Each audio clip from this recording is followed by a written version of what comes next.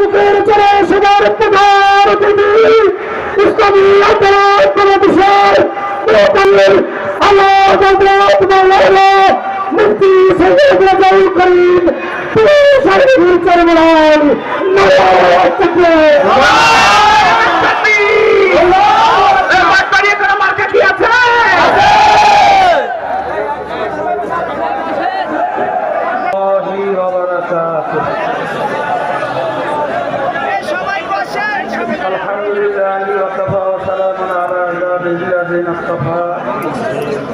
أما بعد فأعوذ بالله من الشيطان الرجيم بسم الله الرحمن الرحيم ظهر الفساد في البر والبحر بما كسبت أيدي الناس صدق الله العلي العظيم সবাই গুরুত্বরে পড়ি اللهم صل على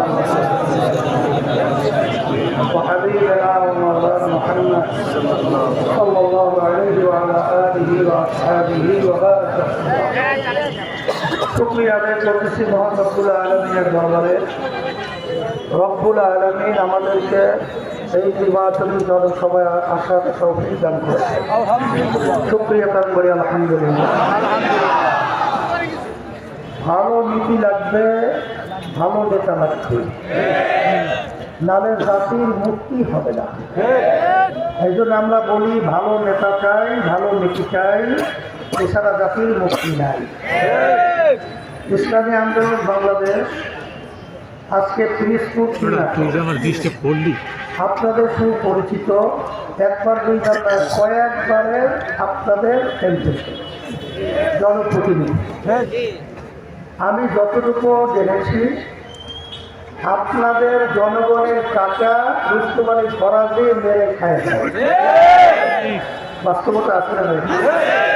তাইলে যে সরকারি জনগণের টাকা মেরে খায় না, লোকটা ভালো, লোকটা কি তাইলে ভালো লোক পাইছে।